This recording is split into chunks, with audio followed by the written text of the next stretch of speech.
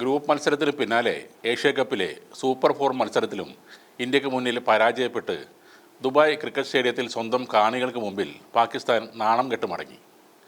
Group ഘട്ടത്തിലെ തോൽവിക്കും ഹസ്തദാന വിവാദത്തിനും വിജയത്തിലൂടെ മറുപടി നൽകാൻ ഇറങ്ങിയതായിരുന്നു പാകിസ്ഥാൻ. എന്നാൽ ഒരിക്കൽ കൂടി ഇന്ത്യക്ക് മുന്നിൽ തകർന്നു വീഴാനായിരുന്നു പാകിസ്ഥാൻ്റെ നിയോഗം. പാകിസ്ഥാൻ ഉയർത്തിയ 172 റൺസ് എന്ന വിജയലക്ഷ്യത്തിലേക്ക് 4 വിക്കറ്റ് നഷ്ടത്തിൽ 7 പന്തുകൾ ബാക്കി നിൽക്കെ ഇന്ത്യ എത്തിച്ചേർന്നു. അഭിഷേക് ശർമ്മ, ശുഭ്മാൻ ഗിൽ ഓപ്പണിംഗ് സഖ്യം നേടിയ സെഞ്ചുറി കൂട്ടുകെട്ടാണ് ഇന്ത്യൻ ഇന്നിംഗ്സിൻ്റെ നട്ടലായി മാറിയത്. 39 പന്തുകൾ നേരിട്ട അഭിഷേക് 5 സിക്സും 6 ഫോറും ഉൾപ്പെടെ 74 റൺസ് എടുത്തു. 28 പന്തുകൾ നേരിട്ട ശുഭ്മാൻ ഗിൽ 47 റൺസ് നേടി പുറത്തായി.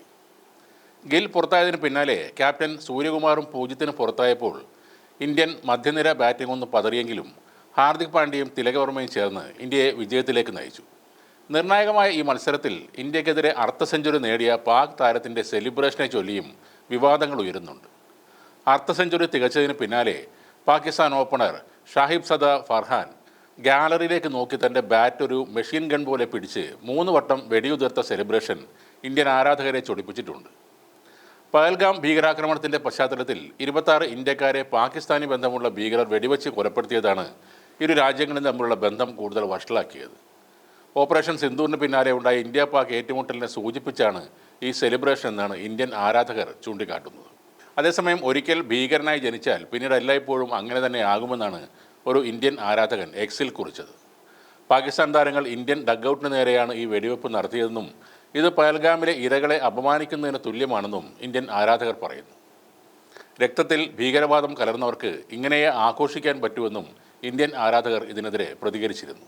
10ാമത്തെ ഓവറിൽ അക്സർ പട്ടേലിനെ സിക്സറിന് പറത്തിയാണ് ഫർഹാൻ 34 പന്തിൽ അർദ്ധ സെഞ്ചുറി തികച്ചത്.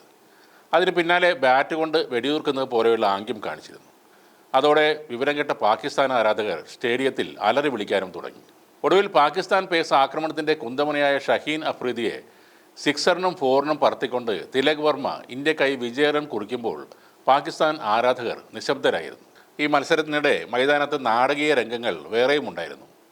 ഇന്ത്യയുടെ വൈസ് ക്യാപ്റ്റനും ഓപ്പണറുമായ ശുഭ്മാൻ ഗില്ലും പാകിസ്ഥാൻ ബൗളർ ഷഹീൻ അഫ്രീദിയും തമ്മിൽ കളിക്കളത്തിൽ വാക്കേറ്റമുണ്ടായി. ഇന്ത്യൻ ഇന്നിംഗ്സിൻ്റെ 3ാം ഓവറിലായിരുന്നു ഈ നാടകീയ രംഗങ്ങൾ അരങ്ങേറിയത്. ഷഹീൻ അഫ്രീദി എറിഞ്ഞ ഇന്നിംഗ്സിലെ ആദ്യ പന്ത് തന്നെ സിക്സറിന് പറത്തിയാണ് അഭിഷേക് ശർമ്മ തുടങ്ങിയത്. പിന്നീട് 3ാം ഓവർ അഫ്രീദി എറിഞ്ഞപ്പോൾ ആ ഓവറിലെ 5ാമത്തെ പന്ത് ഗിൽ ബൗണ്ടറിയിലേക്ക് പായിച്ചിരുന്നു. അഫ്രീദി എറിഞ്ഞ പന്ത് ഗിൽ എവിടെയാണ് അടിച്ചതെന്ന് അഫ്രീദിക്ക് ചൂണ്ടിക്കാണിച്ച് കൊടുക്കുകയും ചെയ്തു. അതിന് പിന്നാലെ അഫ്രീദിയും ഗില്ലിനോട് കയർത്തിയിരുന്നു. 34 പന്തിൽ 50 അടിച്ചവനാണ് തോക്കെടുത്ത് ഇന്ത്യൻ ഡഗ്ഔട്ടിലേക്ക് ചൂണ്ടി വെടിവെച്ചത്. എന്നാൽ ഇന്ത്യൻ ഓപ്പണർ അഭിഷേക് ശർമ്മയ്ക്ക് 50 അടിക്കാൻ വെറും 24 പന്തുകളെ വേണ്ടി വന്നുള്ളൂ. ഫർഹാൻ്റെ ഉള്ളിലുള്ള അമർഷം തന്നെയാണ് അവിടെ കാണിച്ചത്, അല്ലാതെ ആഘോഷിക്കാൻ മാത്രമൊന്നും ആ സമയത്ത് ഉണ്ടായിരുന്നില്ല. ആദ്യം ബാറ്റ് ചെയ്യുന്ന ടീമിലെ ഒരാൾ 50 റൺസ് നേടുമ്പോൾ ഇത്രയ്ക്ക് വികാരം കൊള്ളേണ്ട യാതൊരു ആവശ്യവും ഉണ്ടായിരുന്നില്ല. എന്തായാലും എല്ലാത്തിനും കണക്ക് തീർത്ത് കൊടുത്തിട്ടുണ്ട് ഇന്ത്യൻ ടീം. ഇനിയും ഏഷ്യ കപ്പിൽ തന്നെ മറ്റൊരു ഇന്ത്യ പാകിസ്ഥാൻ മത്സരത്തിന് സാധ്യത കൂടി കാണുന്നുണ്ട്. സൂപ്പർ ഫോറിലെ മറ്റുള്ള 2 ടീമുകളായ ബംഗ്ലാദേശ്, ശ്രീലങ്ക എന്നിവരെ ഇനിയുള്ള മത്സരങ്ങളിൽ പാകിസ്ഥാൻ പരാജയപ്പെടുത്തിയാൽ മറ്റൊരു ഇന്ത്യ പാകിസ്ഥാൻ ഫൈനലിന് ദുബായിൽ കളമൊരുങ്ങും. പാകിസ്ഥാനുമായി കളിക്കുമ്പോൾ ഹസ്തദാനം വേണ്ട എന്ന ഇന്ത്യയുടെ നിലപാട് ശരിവെക്കുന്നതാണ് പാകിസ്ഥാൻ കളിക്കാരുടെ പെരുമാറ്റം.